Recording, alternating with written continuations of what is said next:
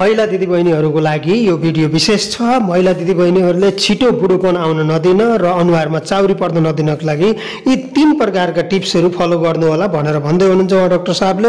सुन्नुस् है त भिडियोलाई अन्तसम्म। महिलाहरूलाई छिटै बुढी हुन वा च्याउरी पर्नलाई रोक्ने 3 टिप्सहरू।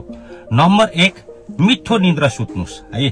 मिठो निद्रा सुत्नाले के हुन्छ भने निदको बेला तपाईको सेलहरू रिपेयर हुँदै ड्यामेज सेलहरू रिपेयर हुँदै जान्छ भने निदको बेला तपाईको शरीरको नराम्रो फोहरहरू हैन लिम्फ नोड हुँदै लिम्फेटिक सिस्टमबाट ड्रेनेज हुन्छ जसले गरेर तपाईलाई छिटो बुढी हुन दिदैन। नम्बर 2 मा चिनी है। चिनी भएको डाइट धेरै खाने, गुलियो कुरा धेरै खाने, गुलियो ड्रिंक्स धेरै गर्यो भने के हुन्छ भने गुलियोले तपाईको सेल ड्यामेज गर्दछ र टाइप 2 डायबिटिज वा चिनी रोग मधुमेह लागेको मान्छेहरू कति छिटो बुढो हुन्छन् हैन।